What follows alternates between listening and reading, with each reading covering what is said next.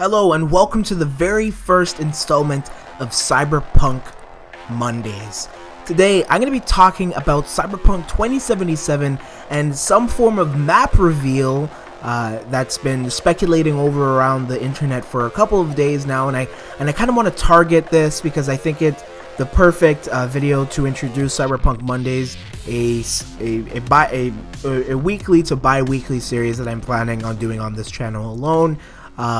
Where I talk about all things cyberpunk. And so today I wanted to talk about or focus my attention on a 2077 map which was possibly revealed. So this is an article from GameSpot, and it states that Cyberpunk's 2077's map has been allegedly revealed in a new art book. The world of Cyberpunk 2077, now up for pre-order on Amazon, features at least part of the game's map on the cover of its deluxe edition. And then, of course, the article goes on to talk about the release date, which is April 16, 2020, coming on the PlayStation 4, Xbox One, PC, as well as Google Stadia, which isn't really popular. So, as for the Cyberpunk map, I have had a look at it, and it does not seem to be nearly as big as the Witcher 3 map. But the CD Projekt Red's developer did state that smaller doesn't always mean less, which is a great opinion, a great statement to be making, because I think it's entirely true. While The Witcher 3's map does look a lot more bigger, it's not nearly as, I guess, dense or covered with all sorts of different AI. I mean, The Witcher 3 is probably a very different game than Cyberpunk 2077, right? Cyberpunk takes place in Night City, this very futuristic world that takes place with millions of people, arguably, within that city alone, and it's going to be very lively, right? Unlike The Witcher 3, which to me looks like a typical like European country where there's not as many people, there's not many cities. Now I've actually never played The Witcher 3 at all, but I can probably get a clear image of the map, and that is, it's not nearly as condensed and isolated as Cyberpunk's 2077's world, because Cyberpunk is a city. It's like Grand Theft Auto, and there's a lot more people, a lot more AI and functions that are happening within that world.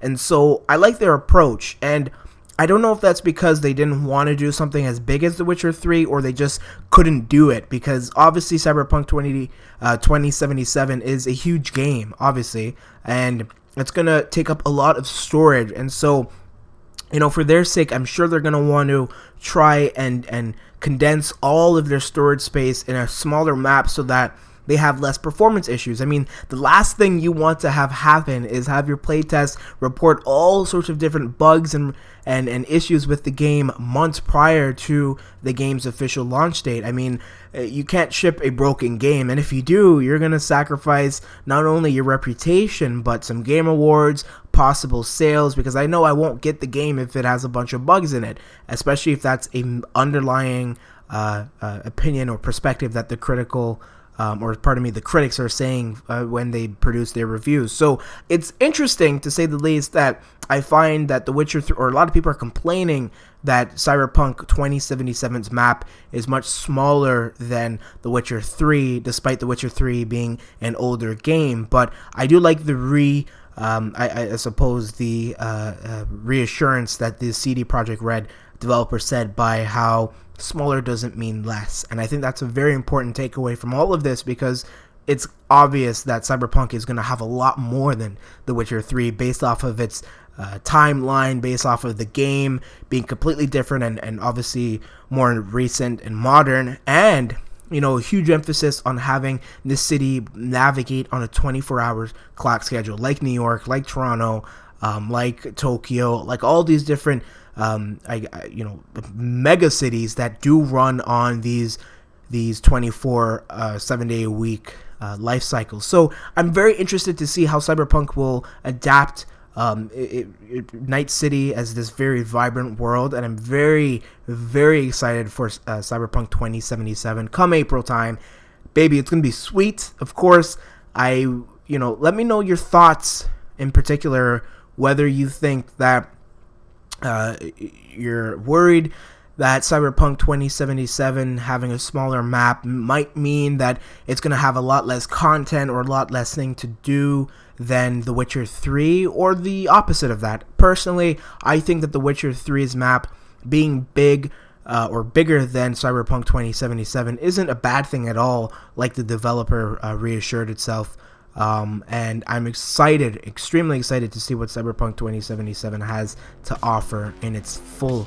So yeah, thank you so much for watching. If you're new to the channel, subscribe. I'm going to try and keep up to date with Cyberpunk Mondays. And yeah, so thank you a lot for watching. Take care.